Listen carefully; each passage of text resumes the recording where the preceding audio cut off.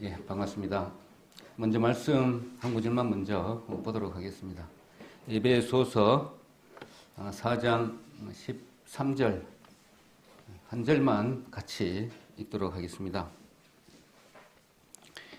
에베소서 4장 13절 말씀 다 같이 우리가 다 하나님의 아들을 믿는 것과 아는 것에 하나가 되어 온전한 사람을 이루고 그리스도의 장성한 분량이 충만한 데까지 이르리니 이렇게 한 구절 읽었습니다. 오늘 에베소서 14장 13절 말씀 주제로 잡았는데 예전에 목사님께서 에베소서를 한번 해보지 않겠느냐고 또 올해 몇 번 말씀을 하셨어요. 그래서 좀 용기 좀 내서 시작을 하려고 합니다. 뭐냐면 오늘 에베소서 어떤 개론적인 그런 부분인데 가장 주제가 되는 구절이 4장 13절이 아닌가 이렇게 생각되어져서 같이 보게 되어졌습니다. 그리고 계속적으로 남작년 그 해별 모임에 김명용 우리 형제님이 교회론에 많이 또 간증도 또 많이 하고 우리가 또 이구동성으로 목사님들이 봤을 때도 그렇고 그 다음에 학교에서도 그렇고 우리 교회 대한민국의 교회의 문제점이 뭐냐라고 했을 때 그 교회론의 부재다 이렇게 다 말씀을 하더라고요. 그렇지만 우리는 교회론에 대한 딱히 교육을 받지 않아도 제가 여기 에베소서를 보니까 얼마나 이 주제를 가지고 말씀을 했는지 모르겠는데 빨갛게 다 메모가 다 되어 있더라고요. 그러면 지금까지 설교한 내용만 취합을 하면 따로 교회론에 대한 부가적인 내용들이 필요 없겠다 그런 생각을 또 해봤고요. 그동안에 많이 배웠던 것들을 이렇게 간추려서 다시 복습하는 시간이 되었으면 좋겠다. 이런 생각도 이렇게 좀 해봅니다. 그래서 가볍게 시작은 하긴 했는데 막상 이렇게 보니까 이게 주제가요. 이게 어마어마하더라고요. 그래서 됐다가 맞다가 다른 걸로 하려 하다가 그래도 한번 해보자. 그래 좀 용기를 내서 시작하게 됩니다. 그래, 에베소서 오늘은 첫 번째 시간 개론이라고 보면 될 것 같습니다. 그래서 먼저 봐야 될 것이 문학적인 형태가 편지라는 겁니다. 그래서 편지. 그래서 편지라고 생각해 보니까 여러 가지 생각이 들잖아요. 예전에 저 같은 경우에 그때 중학교는 아니고 기억이 잘 안 나면 고등학교 초인지 그런 잘 기억이 안 나는데 갑자기 편지를 쓰게 됐어요. 그동안에 편지도 잘 안 썼는데 누구한테 썼냐면 작은아버지한테 썼어요. 그 조카들도 있고 이렇게 했는데 그때 당시만 하더라도 편지를 잘 안 쓰던 때이고 아니면 문자까지는 아니더라도 컴퓨터로 이렇게 딱 쳐가든지 아니면 타자를 쳐가지고 그렇게 사인만 해가지고 보내고 이런 때였습니다. 근데 작은아버지가 하고 우리 집하고 봤을 때 우리 집은 조금 공부도 좀 잘하고 대충 봤을 때 근데 작은아버지 작은어머니 입장에서 봤을 때는 그 조카들이 공부를 잘 못했는 것 같아 느낌에. 그런데 작은아버지 집에는 또 이렇게 이발을 해요. 그래서 주기적으로 이발하러 많이 다녔습니다. 그러다 보니까 많이 친분도 있고 이렇게 됐는데 어느 날 이제 제가 좀 고맙더라고요. 머리도 깎아주시고 이렇게 다 등등 거의 친하게 지내다 보니까 작은아버지한테 편지를 수기로 이렇게 썼어요. 쓰고 난 이후에 난리가 났습니다. 하여튼 왜 저 큰 집에 큰 형은 글씨도 이쁘게 써가지고 이렇게 편지를 잘 쓰고 이러는데 누구들은 뭐 다느냐 이러던 거예요. 이제 거꾸로. 그래가지고 내가 거꾸로 우리 조카들한테 많이 당하고 막 그랬습니다. 다시는 그런 편지 쓰지 말라고 했는데 하여튼 내용의 요지는 소통이 잘 됐다는 겁니다. 그래서 간단하게 우리 문자로 우리 편지 안 쓰고 문자로 이렇게 보내잖아요. 감정을 다 담을 수가 없어요. 또 고마움도 느낄 수가 있을까요? 누구는 또 그런 말을 하더라고요. 쪽지 있잖아요. 쪽지 아니면 엽서. 그 짤막한 그것도 이렇게 쓰면 손으로 써가지고 보내면 쓴 사람의 그 엽서 속에 현존을 느낀대요. 딱 보면 글자체 뭐 기타 등등 점 하나도 거기에 뭐 인장이 이렇게 막 치장을 찍으면 더 낫겠지만 막 이런 식으로 되는데 이 사도 바울이 에베소서를 쓰는 그런 마음도 조금 이해를 해보면 에베소에 딱 두 번 가잖아요. 한 번은 강론하고 2차 전도 여행 때 들렸다가 갔지만 3차 때는 2년 이상을 거기서 가르치고 막 엄청나게 심혈을 기울여서 섬겼던 에베소 교회입니다. 그러다 보니까 애착이 많이 갔을 거 아닙니까? 그리고 난 이후에 예루살렘으로 가서 포로가 되어서 이제 로마로 끌려간 당시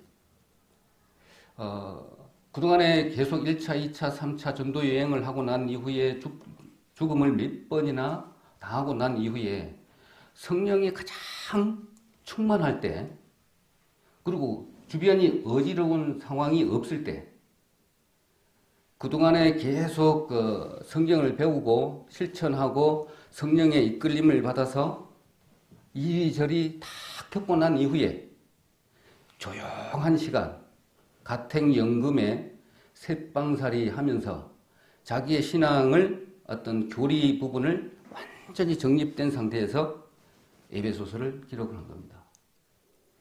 그러니까 다른 서신하고는 약간 좀 틀려요. 그러다 보니까 이 짤막한 여섯 장의 모든 것이 함축되어서 사도 바울의 교리나 교회에 대한 것, 하나님의 기쁘신 뜻, 교회의 비밀, 내지는 하나님의 경륜 이런 것들이 다 녹아들어져서 6장의 분량으로 함축되어져서 이 편지를 기록한 것이 에베소서입니다. 그래서 뭐 짤막하지만 이렇게 본다면 전체 성경을 여기서 가져와야 되고 여기서 가져와 가지고 이렇게 해야 되지만 그렇게 하지는 못하고 하여튼 되는 대로 시간을 쪼개서 뭐 몇 회가 될지 모르겠지만은 그동안에 설교 말씀 모아놓은 것들도 취합을 하고 정리하는 시간으로 이렇게 했으면 좋겠습니다. 그래서 먼저는 성경을 연구하는 그런 방법 중에 여러 가지가 있지만 지금까지 다 배워 오셨기 때문에 그런 부분은 다 생략을 하고 문학적인 형태가 편지라는 겁니다. 그래서 먼저 편지의 구성은 우리가 항상 말씀드렸지만 알고 있는 내용, 도입이 있고 그 다음에 본문이 있고 제일 마지막에는 결말, 마지막 결어 이런 부분이 있는데 다 그렇게 편지 구성이 이렇게 되어 있는 걸 압니다. 예전에는 내가 아버지한테 편지를 썼는지 기억은 나지만 맨 처음 회사에 입사했을 때 한번 아버님 전상서 이래가지고 한번 쓴 기억은 있는데 요즘은 그렇지는 않죠. 참 그렇게 썼다가는 완전히 정말로 이렇게 소외되기 쉽습니다. 그렇지만 요즘에는 좋기 때문에 하여튼 얼마든지 화상 통화도 하고 이러기 때문에 큰 문제가 안 됩니다. 그래서 손편지에 거의 정다운 부분이 있고 그 다음에 이런 부분을 통해서 사도 바울이 어떤 심정으로 썼는지 이런 부분을 조금 생각해 본다면 좋겠습니다.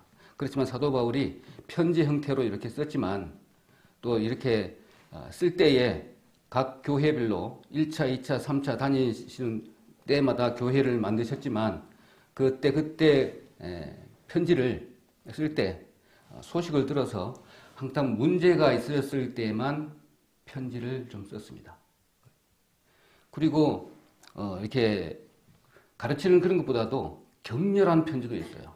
거의 화가 난 그런 상태로 쓴 편지도 우리가 있는 걸 압니다. 그래서 사도 바울이 항상 이렇게 뭐 권면하고 막 그런 부분만 쓴 것이 아니고 격렬한 편지 쓴 것이 우리 있죠. 잘 아시는 거 갈라디아서가 그 대표적인 서신서입니다. 격렬합니다. 어떻게 사도 바울이 이런 말까지 할까 할 정도로 격렬한 편지가 갈라디아서고요. 먼저 들어가기에 앞서 가지고 서신서의 분류를 우리 한번 그동안에 배운 걸 한번 생각해 볼까요? 서신서가 몇 권이죠, 우리? 13권이죠. 13권입니다. 13권. 그리고 이제 바울, 제1 바울 서신, 제2 바울 서신, 제3 바울 서신, 이렇게 나누잖아요. 그래서 제1 바울 서신이라고 한다면, 바울이 직접 썼다. 대필해가 쓰든 뭘 하든 썼다. 라고 한 것이 7권입니다. 제일 먼저 쓴 그 바울 서신이 뭐죠? 디모데 전서입니다. 데살로니가 전서입니다. 제일 먼저 쓴 게. 그 다음에 뭐죠? 갈라디아서입니다. 그 다음에는 빌립보서입니다. 빌립보서, 그 다음에 빌레몬서, 그 다음에 고린도 전서, 고린도 후서, 제일 마지막에 로마서. 이렇게 이 7권을 바울이 직접 썼다. 대피를 해가 쓰던 해서 눈이 좀 안 좋았으니까 그렇게 감안해서 썼다 해가지고 제일 처음에 데살로니가 전서, 그 다음에 갈라디아서, 그 다음에 빌립보서, 빌레몬서, 고린도 전서, 후서, 로마서. 그 다음에 이제 제2 바울 서신이라고 해서 조금 바울이 썼다고 이렇게 하기에는 좀 논란이 있다라고 한 서신이 바울 제2 서신입니다. 후대에 바울의 정신을 이렇게 본받아서 의지해서 쓴 책이다. 이렇게 논란이 조금 있는 서신이 3권이 있습니다. 3권이 뭐죠? 골로새서, 에베소서, 그 다음에 마지막으로 뭐가 있습니까? 목사님 그렇게 예전에 얘기했었는데 데살로니가 후서. 바울 죽어버리고 난 이후에 그런 기록한 내용들이 있잖아요. 이런 부분으로 가지고 제2 바울 서신이 3개 이렇게 바울 제2 서신에 해당하는 에베소서가 포함되어 있습니다. 그래서 골로새서, 에베소서, 데살로니가 후서, 이것이 제2 바울 서신. 그 다음 제3 바울 서신 있잖아요. 우리 목회 서신이라 해서 디모데 전 후서, 그 다음에 디도서. 그래서 나는 이렇게 733 이렇게 외우는데 말씀 중에 우리 설교 듣는 중에 특히나 이렇게 기억이 남는 부분 하나가 이겁니다. 바울이 이미 죽고 난 이후인데 이후에 기록이 됐다. 이제 이 부분을 딱 생각해 보니까 그런 부분이 그렇게 생각할 수 있겠구나. 이런 생각이 좀 들더라고요. 그리고 난 이후에 바울이 오순절 때 그러니까 오순절 성령을 받고 난 이후에 성령을 받고 나니까 권능을 받아서 이제 전파하러 가잖아요. 그때 당시에 이제 소그룹 12제자들이 모여서 그 이름, 예수 그리스도의 그 이름을 이제 전파하고 막 이렇게 가는데, 예루살렘에 모여갖고 있어요. 참 아이러니하게 전해야 되는데, 전파를 해야 되는데, 전파의 매개체가 그 사건이 항상 자연스럽게 좋은 곳으로 이렇게 번져지는 것이 아니라 핍박입니다. 핍박으로 인해서 그것을 견디지 못해서 각각의 예수님을 직접 본 사람, 내지는 그 증거를 받은 사람, 들은 사람들이 이제 흩어져서 이제 복음을 전하기 시작을 합니다. 사도행전 1장 8절처럼 곳곳에 이제 교회가 이렇게 만들어지는데, 특히 이제 바울이 중심으로 이방인의 사도의 총대를 메고 이제 가게 되잖아요. 가는 곳마다 교회를 설립을 하게 되는데, 성령께서 이제 이끌림을 받고 이렇게 가시는 걸 봅니다. 근데 지금 중요하게 저에게 주신 말씀이 이렇게 깨달아지는 부분이 이거더라고요.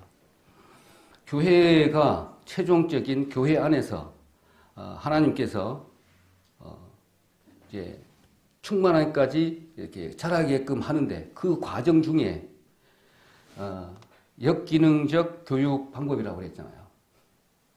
피조물인 사랑의 대상으로 내지는 결혼의 상대자로 신부로 내하고 같이 하려면, 영원한 세계를 같이 동역자로 같이 하려면 사단이라는 매개체를 통해서 이 교회 안에 딱 둬가지고 이런 교육을 시키지 않으면 하나님의 그 큰 원대한 하나님의 경륜이 이루어지지가 않는 겁니다.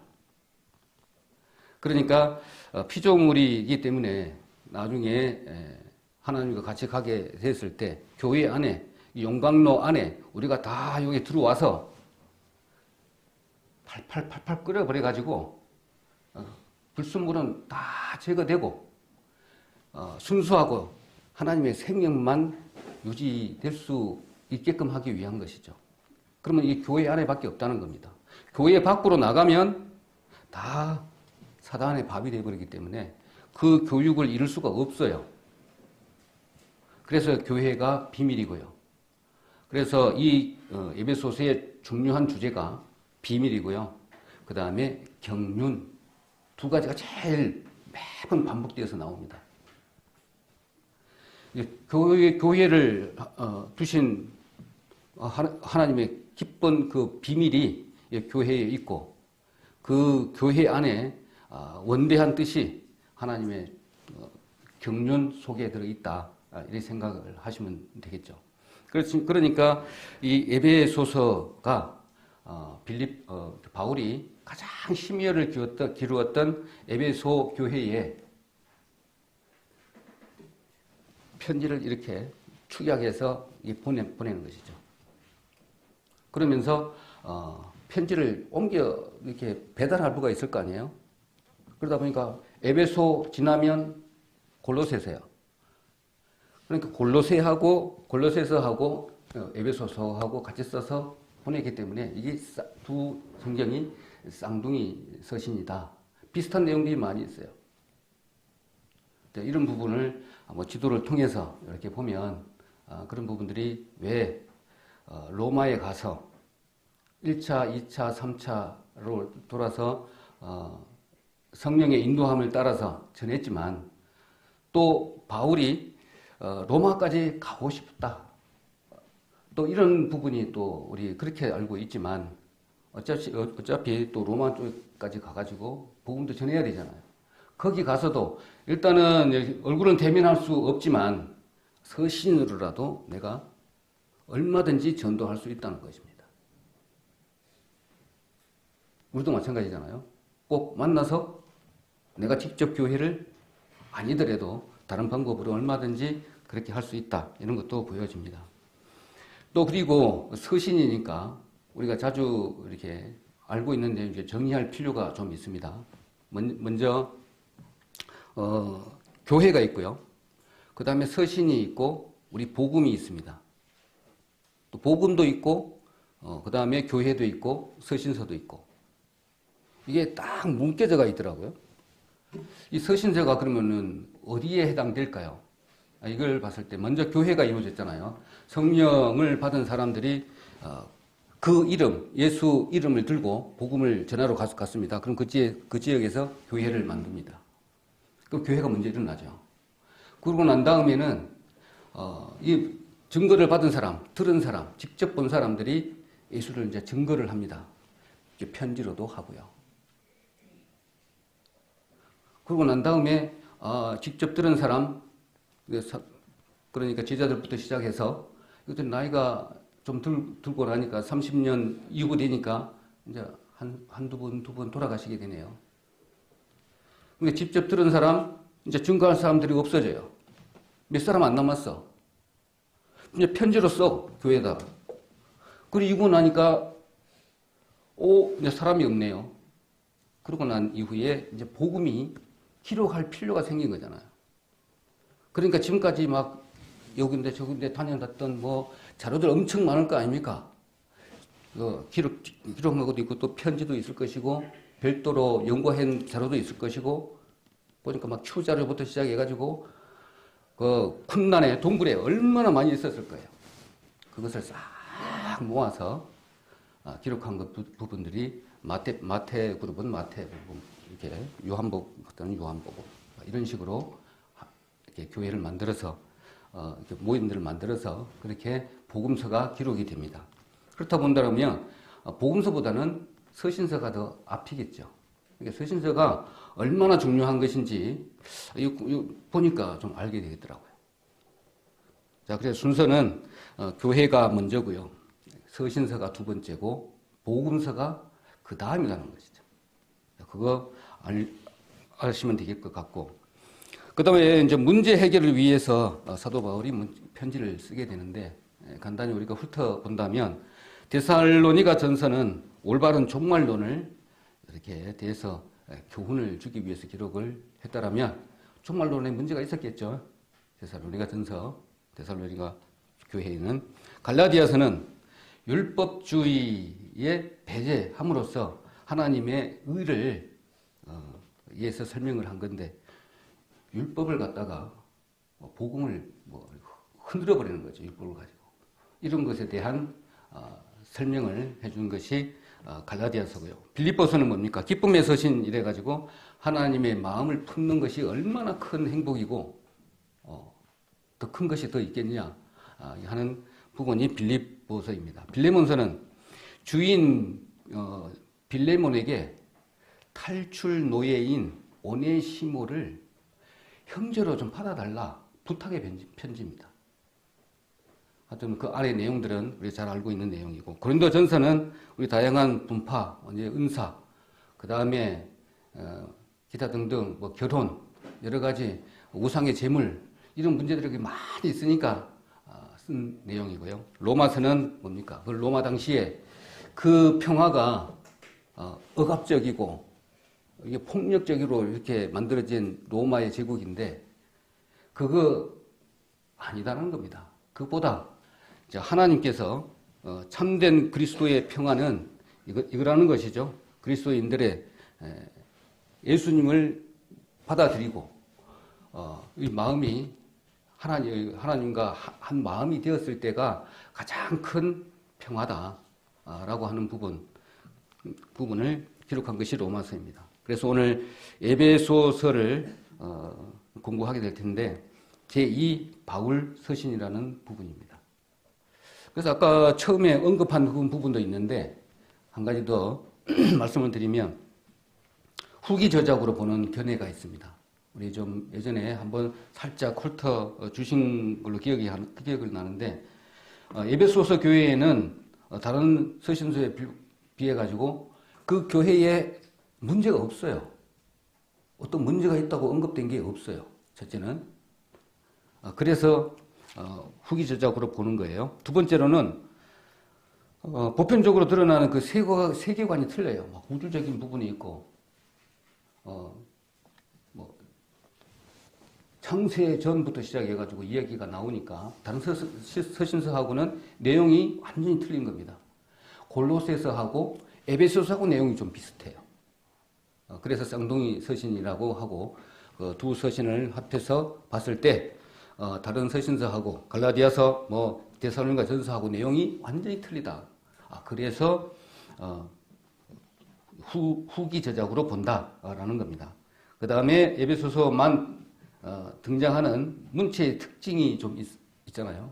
그거는 보려면 나중에 본문 들어가서 보면 되고. 그 다음에 네 번째로는 바울이 죽고 난 이후에 교사니 뭐 목사니 이런 직책이 없었어요. 뭐 특별한 이런 부분을 얹어봤을 때는 사도 바울이 쓴 것이 아니라 후대 사람들이 썼다. 뭐 이런 부분으로 요약이 됩니다. 그런 부분 조금 알고 계시면 되겠잖아요. 그래서 에베소서 하면 이제 여러 부분으로 이제 조합이 이렇게 될 수가 있을 겁니다. 우리 저자하고 제작 연도, 장소는 우리가 잘 알고 있기 때문에 그거는 넘어가도록 하겠습니다. 그래서 옥중서신 이렇게 1차 투옥 때 쓴 서신 그러면 우리가 외우기 쉽게 이렇게 하면 됩니다. 에고빌빌 이러면 4개 서신 암기하기 좋더라고요. 저 같은 경우 에베소서 고가 뭐죠? 에고빌빌 고 골로새서 에베소서 골로새서 빌립보서 빌레몬서.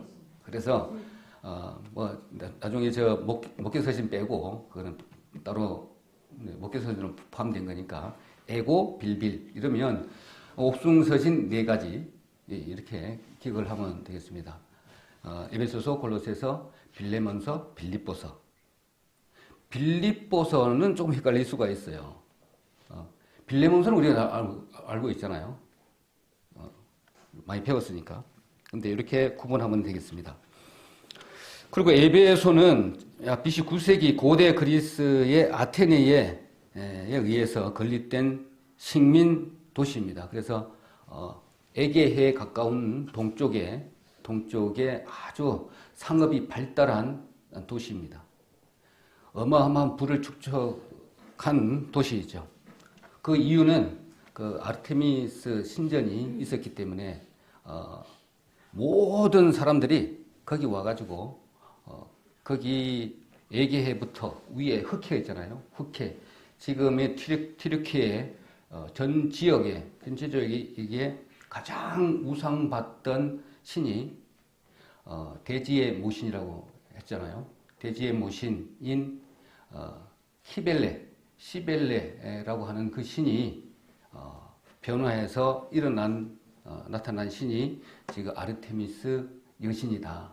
이래가지고 그 지역 소아시아 아나톨리아라고 하는 그 지역에 그 신을 완전히 믿었던 거예요.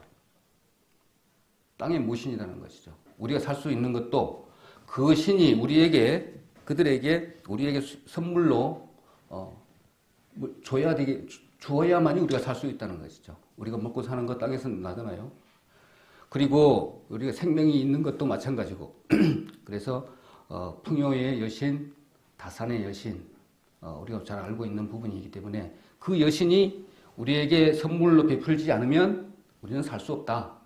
그러니까 엄청난 토착 신앙이죠.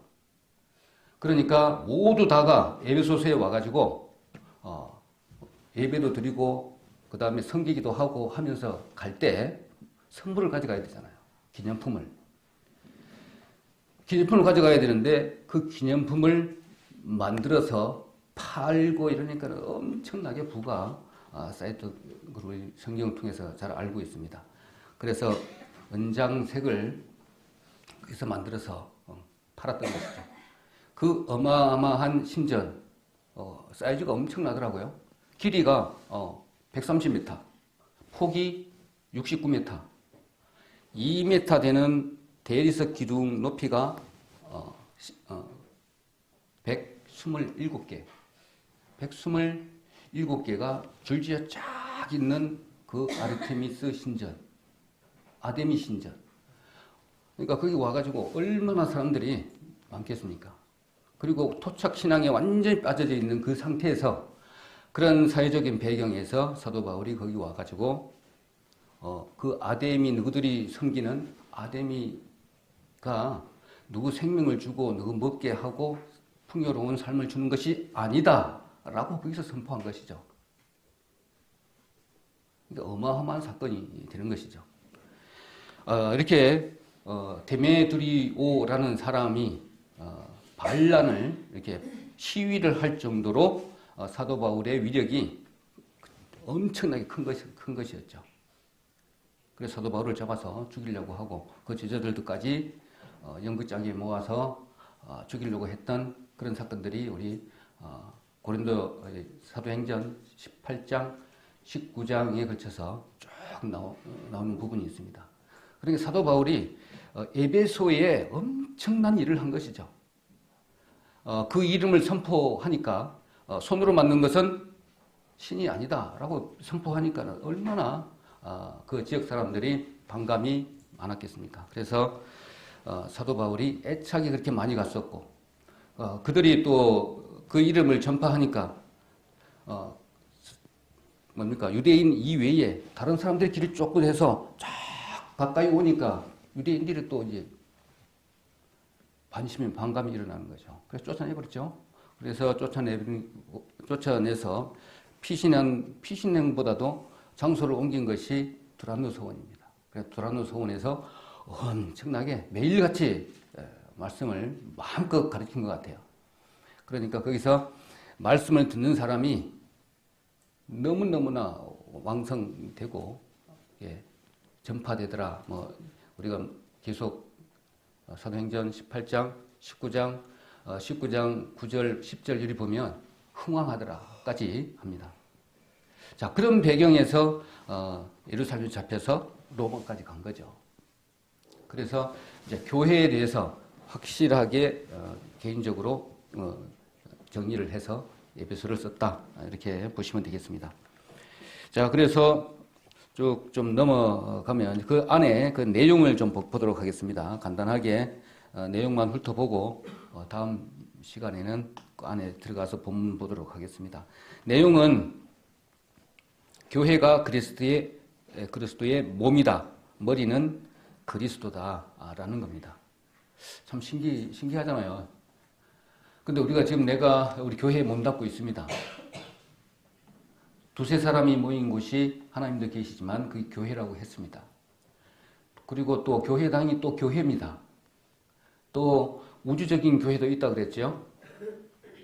우주적인 교회도 교회고 교회가 여러 가지로 우리가 부재라고 그랬잖아요. 이런 부분들을 정리는 돼 있지만 우리는 외부 또 기타 다른 일반 교회에서는 이런 부분들을 잘 심도 있게 다루지 않나 봐요. 그러니까 그런 말씀을 많이 하죠. 그래서 저는 잘 모르겠어요. 그렇지만 하나님께서 이 교회 안에 들어와야 또 그리스도 안, 우리 오정철 선생님 항상 강조했던 거, 그리스도 안, 주 안에 이것을 배우지 않고 다른 것은 논할 수가 없잖아요. 자, 그 부분 그래서 실제로는 바울이 일찍이 로마서 12장 그 다음에 고린도전서 12장에 보면 에베소서의 내용들이 그대로 반복되는 것을 봅니다.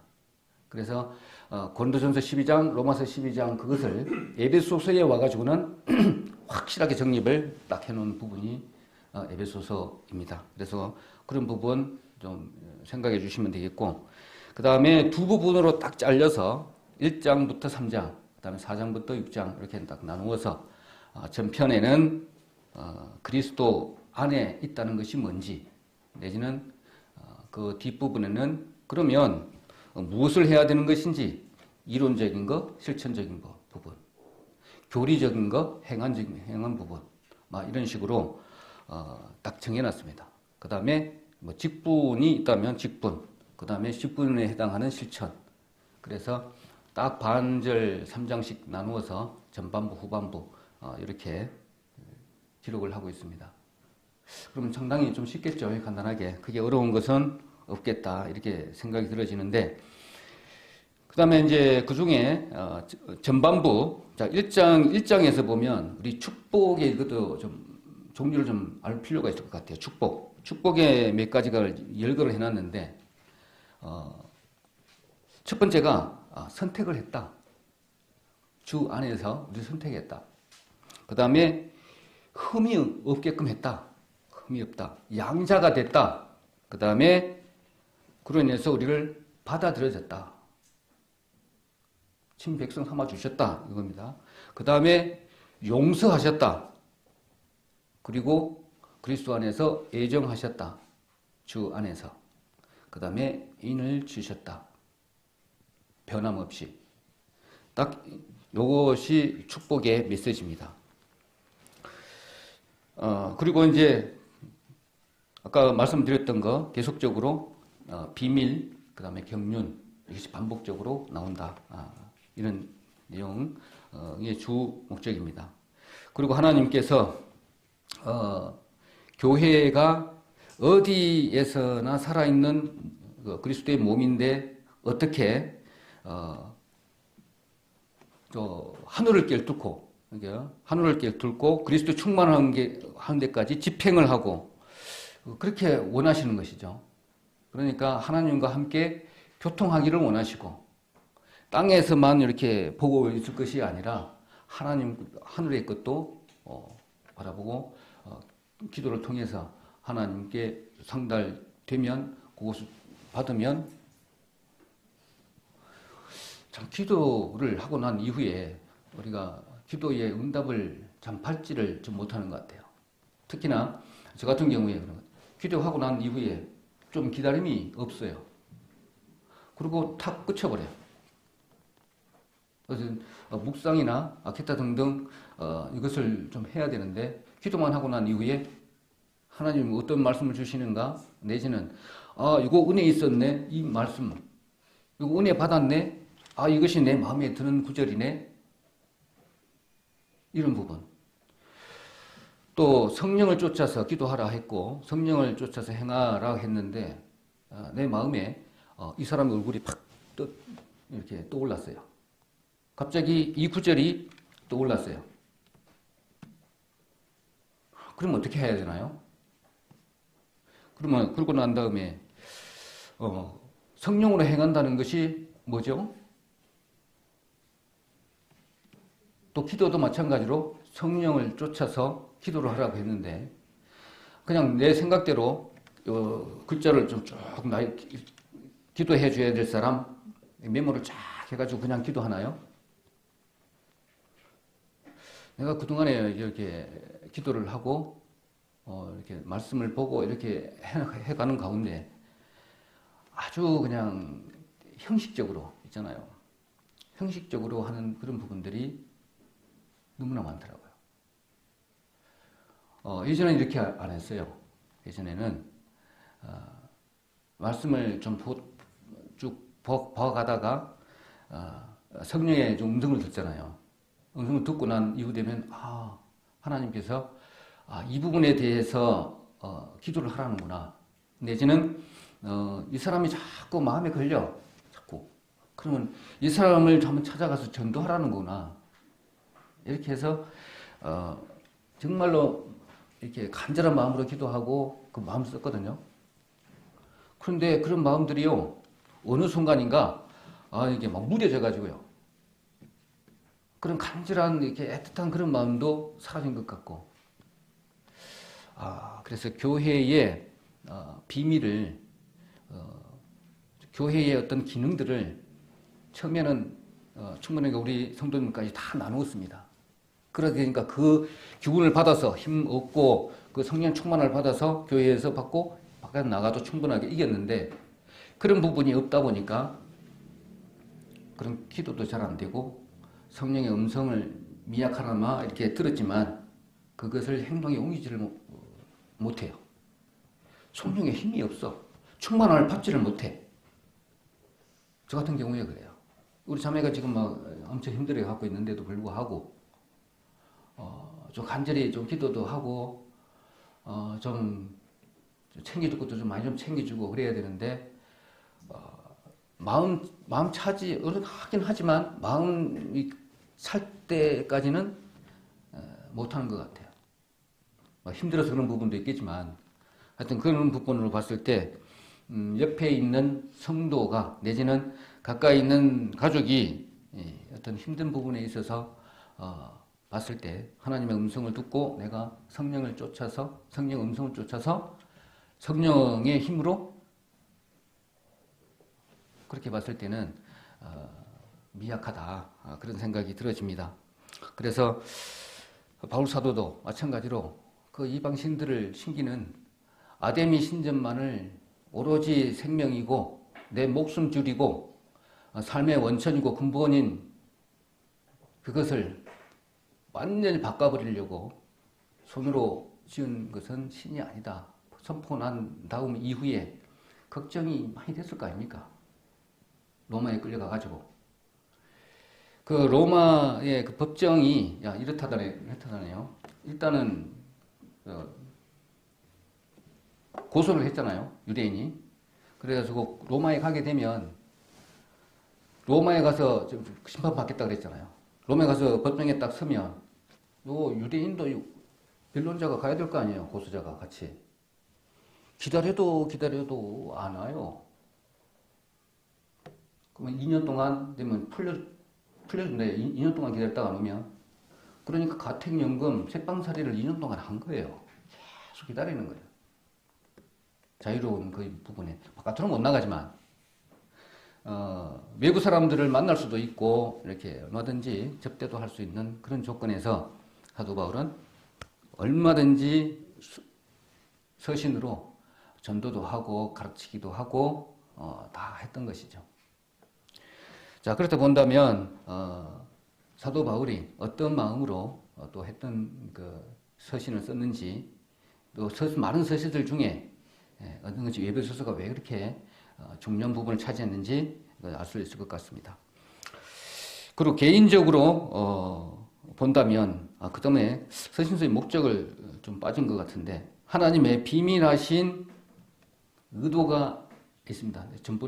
전반 말씀을 드렸지만 하나님의 의도가 이 교회 안에 비밀이 있다는 것입니다. 그것이 뭐냐면 그리스도의 충만함을 드러낼 몸이라는 겁니다. 몸을 만들기 위해서 이 교회가 필요한 겁니다. 우리 말로는 몸이고 머리고 하지만 가만히 좀 묵상해보면 그것이 무슨 뜻인지 압니다. 나중에 우리는 천국에 가가지고 하나님과 같이 영원한 자리에서 하나님의 동역자로, 신부로 찬히 갈 당신의 반려자를 피조물인데, 피조물이면은 내하고의 어떤 격이 맞아야 될 거 아니면 차원이 만들려면 내하고 비슷하게 대화를 할 수 있고, 수준이 맞을 정도로 만들어야 돼요. 만들어야 되려면 이 교회 안에 둬가지고 사단을 조아져서 엮이는 기능 방법을 선택을 해서 흠이 없게 해야 되고요. 거룩한 몸으로 만들어야 되고 그 도구가 이 교회라는 겁니다. 근데 교회 안에 와서 내 것 주장하고 내 것만 고집 세우고 요 안에 팍 삶아져서 좋은 것만 딱 남기를 원하시는 것이죠. 교회 안에 서로 자매들끼리 형제님끼리 싸움이 일어날 수밖에 없어요. 다툼도 일어날 수밖에 없어요. 그런 말씀으로 치유를 다 받아야 되겠죠. 그래서 상대방을 알아가고 모난 부분 깨지고 이런 부분을 하면서 하나님이 이 부분까지도 나를 위해서 해주셨구나. 모든 것의 근본은 하나님이시구나.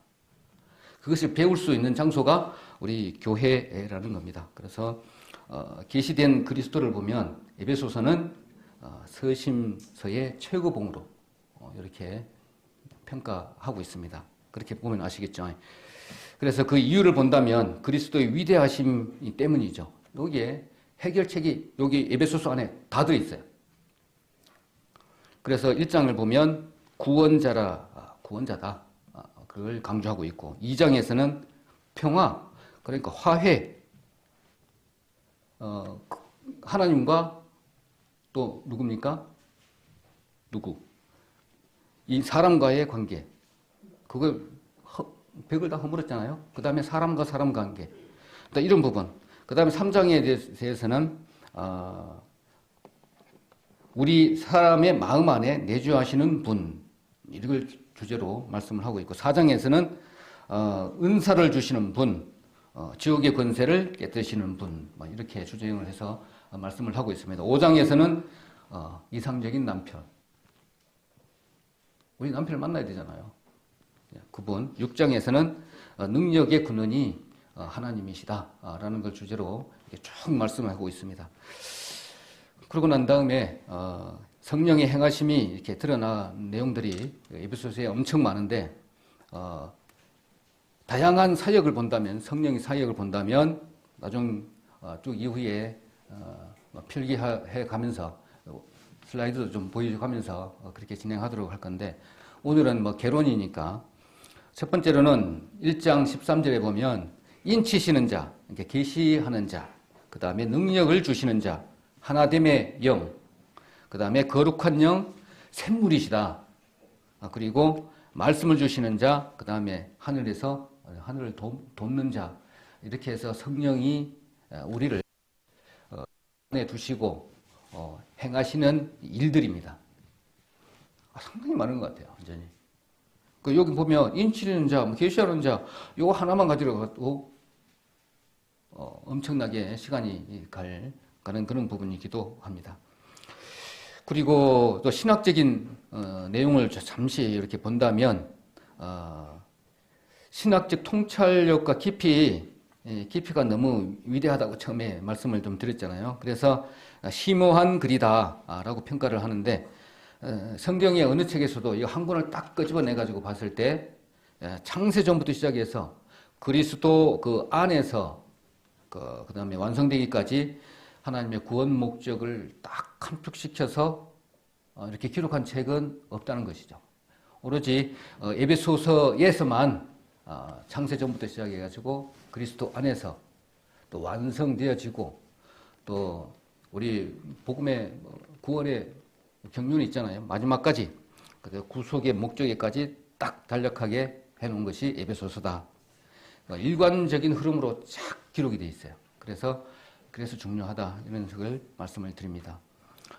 그래서 신학적인 주제에 우리 잘 알고 있는 부분, 또 대두되죠. 지금까지 뭐 아주 결론 난 것은 아닌 것 같아요. 교리적인 부분 뭡니까? 택함, 뭐 이런 거 있잖아요, 우리가. 칼빈, 아르미안주의, 이런 부분을 우리가 정리를 좀 해본 부분이 있습니다. 에베소서 1장 4절에 보면 창세전에 그리스도 안에서 우리를 택하사, 이렇게 되어 있으니까 어떻게 보냐면 1장 4절, 우리 잘 나중 한번 집에 가서 싹 한번 읽어보시면 됩니다. 하나님은 믿음으로 그리스도 안에 들어온 모든 사람들을 택하셨다. 그 선택은 또 창세전에 이미 선택된 사람이 그리스도 안에 들어올 때 효력을 발생한다. 뭐 이런 개념이 이렇게 쭉쭉쭉 있는데, 우리는 다 알고 계시잖아요. 다 이미 하나님께서 그리스도 안에 들어오는 자를 다 택하 놓으셨다고요. 밖에 있는 사람까지 다 미리 다 택한 거 아니고, 다른 데서는 이런 부분들을 갖다가 이미 하나님이 구원받을 사람을 다 택해놨다. 택해놨는데, 우리 택한 그리스도 안에서 구원받은 사람들이 말씀을 전하다 보면 이 사람이 들어오면 그것이 효력을 발생한다, 이렇게 보는 것이죠. 우리는 그게 아니죠. 이미 그리스도 안에 요 사각 안에 들어온다라면, 그리스도 안에 들어온다는 게 뭐예요? 피로 구원받은 사람, 그 다음에 하나님께서 십자가에서 우리 죄를 다 해결해 주신 그것을 믿는 자, 선물로 성령을 받은 자, 또 구원받은 자, 영접한 자, 이게 그리스도 안에 우리가 한 영이잖아요. 이 그리스도 아니란 말이에요. 이 안에 들어오는 자는 이미 창세전부터 계획을 다 하셨다니까요. 하나님께서 이것을 계획을 이미 예정하셨다고요. 요 그리스도 안에 바깥에 있는 사람은 아니고요. 요 안에 있는 사람. 그러니까 우리가 요 안에 있는 사람들이 가서 그 이름을 전해야 되는 것이죠. 그 이름을 전하려면 그 힘을 얻는 장소가 이 교회라는 겁니다. 그래서 교회에서 좀 많이 맞고요. 세상에서 얼마나 내 마음대로 살았잖아요. 내 마음대로. 그래서 교회 안에 들어와서 많이 맞기도 하고 깨지기도 하고 넘어지기도 하고 그래서 말씀으로 치유받기도 하고 이런 가운데서 선한 것, 깨끗한 것이만 남고 다른 거 다 없어져야 되잖아요. 찢기는 이런 부분이 교회라는 것입니다. 그리고 신학적인 주제에 조금 말씀을 좀 드렸고요. 그 이후에는 그럼 어떻게 이런 주제가 있는데 하나님과 인간의 사이에 장벽을 허물었고 그 다음에 인간과 인간 사이에 장벽이 무너졌다는 것을 아까 말씀을 드렸는데 두 번째 주제로 아까는 택함이고 두 번째 주제로는 화해입니다. 화해는 그럼 어떻게 화해를 했느냐? 거룩한 하나님과 죄악된 인간에 대해서는 그 장벽을 허물었는데 친히 사람이 하나님이 되신 것이죠. 친히 이 땅에 오셔서 사람이 되어주심으로 이것을 장벽을 허물었다. 둘째는 인간과 인간 사이에는 하나의 새로운 인류로 만드셔버렸죠. 교회의 한 몸으로 만들었기 때문에. 그 다음에 주인과 종 동등한 위치에서 서게 하셨잖아요. 그 다음에 네 번째로는 남자가 여자를 지배하는 체제가 계속 있었습니다. 근데 이것을 갖다가 동등하게 만들어버렸죠. 여자가 하나님 앞에서 동등하게 만들어졌습니다. 그거는 뭘로, 어떻게 했죠? 남자가 여자를 지배하던 체제를 무너뜨리고, 남자, 여자, 그리스도 안에서는 동등하다. 이걸로 해가지고 이 네 가지를 화해시켜버렸습니다. 장벽을 무너버렸습니다. 이것이 신학적인 이 번째 의미의 두 번째입니다. 그 다음에 세 번째는 교회입니다. 우리 교회는 잘 알고 계시니까 넘어가기는 좀 그렇고, 자 바울은 우리 인간의 인성이 육체를 통해서 작용하듯이 우리 인성이 움직임과 통해서 보는 걸로 나타나잖아요. 그와 또 마찬가지로 그리스도도 마찬가지로 교회 세상에서 교회를 통해서 역사하신다는 겁니다. 그래서 이 교회에는 세상으로 봐서도 모범이 돼야 되고 여기 안에서는 많은 용광로처럼 부글부글 끓여서 찢기는 싹 없어져야 되는 장소이기도 하고 그 다음에 하나님이 처음에 말씀드렸던 것처럼 이렇게 손으로 쓰면 그 사람의 현존이 거기에 느껴진 것처럼 교회 안에 하나님께서 현존하십니다. 그리고 성령께서 역사하는 장소가 교회이고요. 그래서 우리 눈에는 안 보이지만 이 중요한 부분이 있다.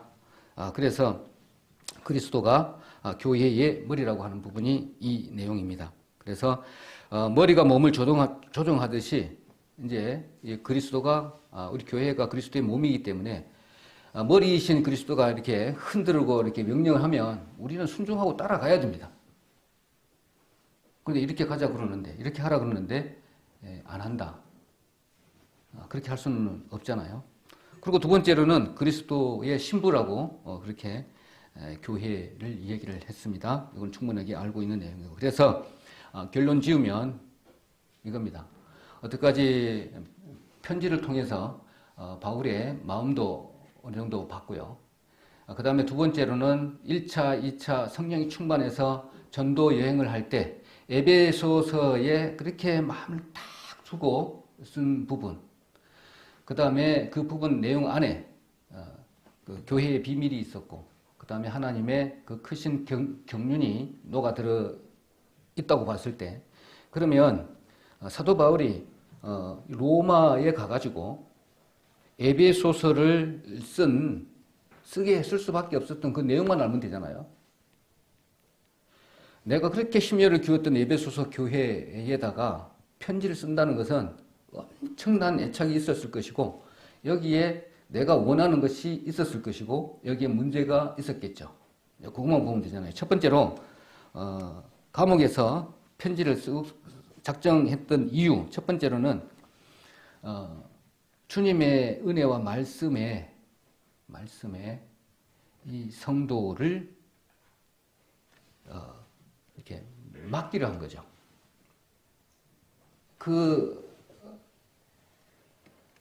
많은 얼굴도 왔다 갔다 했을 것이고 애측도 갔을 것이고 멀리 떨어 있으니까 내가 어떻게 할 수가 없어. 그렇지만 요 서신서를 써서라도 내가 그걸 목회를 할 수밖에 없는 심정이거든요. 그러려면 말씀께 내가 섬겼던 에베소 교회를 내가 맡길 수밖에 없구나. 말씀을 그러니까 한마디로 말해서 말씀 많이 보고 말씀에 의지해서 행해라. 이게 첫 번째 목적입니다. 그래서 말씀께 위택하는 것만큼 안전한 것이 없다라는 것이죠. 두 번째로는 내가 멀리 있지만 지금도 편주로 이렇게 하고 있다. 실망하지 마라 이겁니다. 얼굴 볼 수 있지만 그래서 내가 지금도 감옥에 이렇게 길박되어져 있지만 사역의 연장선에 있다. 용기 내라, 힘내라 이거죠. 멀리 떨어져 있지만 내가 계속 사역을 하고 있지 않느냐. 편지까지 보내고 이겁니다. 세 번째로는 하나님의 말씀이 성도들을 보호하고 이렇게 교회를 세우리라. 보호하고 세우라는 거. 말씀이 성도를 세우고 이 교회를 세울 수밖에 없다. 이 말씀이 반드시 교회를 세우고 성도를 세운다. 그런 확신인 것이죠. 자기도 확신 차서 편지를 했고 너희들도 확신을 가지라는 겁니다. 그래서 어느 부분도 아니고 그 아데미 신상이 아니고 또 돈을 벌어서 그 부도 아니고 오로지 말씀만이 교회를 세울 수 있고 또 넘어진 성도들을 바로 세울 수가 있다라는 사도 바울의 간절한 에베소서를 기록한 이유이기도 합니다. 그래서 그 안에 내부 내용들을 보니까 정말로 저 생각이 지금 모르겠는데 이게 빨갛게 제일 많이 써져 있더라고요. 아가서 있잖아요. 아가서 다음으로 이렇게 빨갛게 많이 기록을 많이 해놨더라고요. 그래서 우리 아가서는 우리에게 책거리를 했고 에베소서는 책거리 한 적이 없죠. 그래서 책거리 한다는 그런 기분으로 에베소서 개론 비슷하게 이렇게 전체적으로 한번 훑어봤습니다. 다음부터는 한 장 조금씩 본문 들어가가지고 그렇게 하는 게 더 편한 것 같아요. 저 같은 경우에 또 다른 주제 설교 제목을 찾으려니까 너무 힘들고 그래서 목사님께서 좀 편하게 하라는 그런 부분이 아닌가 그렇게 생각이 들어집니다.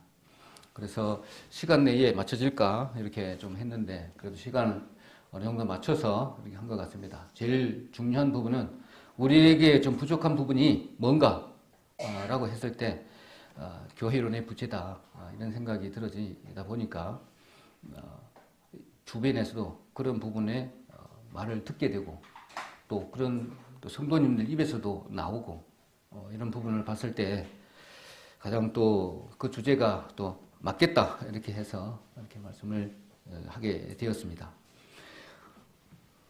지금 말씀을 이렇게 듣고 보니까 어떻게 생각하십니까? 에베소서 하니까 저는 에베소서 하니까 제일 먼저 떠올랐던 게 뭐냐면 교회 학교에서도 마찬가지였어요. 항상 어디 나가면 행사 끝나고 성경 퀴즈 한다고 치고 항상 에베소서는 나왔어요. 신혼부부가 제일 많이 읽는 책은 뭐냐? 내지는 성경에서 동물이 제일 많이 나오는 성경책은 뭐냐? 이렇게 해가지고 퀴즈 풀고 이랬는데, 정말 그렇게 어떤 농담거리 내지는 그 뜻은 아니겠지만, 그런 내용으로 접근해서는 되지 않을 심오한 또 책 중에 하나가 에베소서가 아닌가 그런 생각이 들어집니다. 그래서 제가 시작을 했잖아요. 성도들도 같이 시작을 하는데요. 어차피 같이 공부를 해 나가야 되잖아요. 그래서 같이 공부를 해서 각 구역 모임이나 내지는 우리 남장년 여장년회 교제도 하시고 그렇게 해서 우리 밴드에 그런 내용들을 서로 공유했으면 좋겠습니다. 그 밴드는 우리 공부했던 내용이 있잖아요. 공부했던 내용들을 거기 올려서 서로 나누는 장소가 아닌가 그런 생각을 해봤습니다. 그래서 다른 유익한 그런 보다도 성경을 보고 난 이후에 느낀 거, 또 궁금한 거, 성경 내용으로 해서 교회론에 관련된 내용으로 해서 우리 밴드가 활성화됐으면 좋겠다. 내지는 카톡이 또 활성화됐으면 좋겠다. 이런 생각도 해봅니다. 자, 에베소서 개론 이렇게 간단하게 마치고요. 다음부터는 본문으로 들어가서 이렇게 할 텐데 그 밴드 카톡 내용을 참고 삼아서 제가 또 이렇게 준비해서 같이 나누는 게 좋겠다 이런 생각을 하게 됐습니다. 좀 도와주시겠죠? 그래서 밴드 잘 이용해서 같이 공유할 수 있잖아요. 제가 또 잘못 생각할 수 있잖아요. 어느 부분에 대해서 형제님 이거는 잘못됐는데요. 성경하고 안 맞는데요. 그런 부분이 있을 거 아닙니까? 그러면 올려주시면 그거 받아서 또 수정하고 그렇게 나가도록 하겠습니다.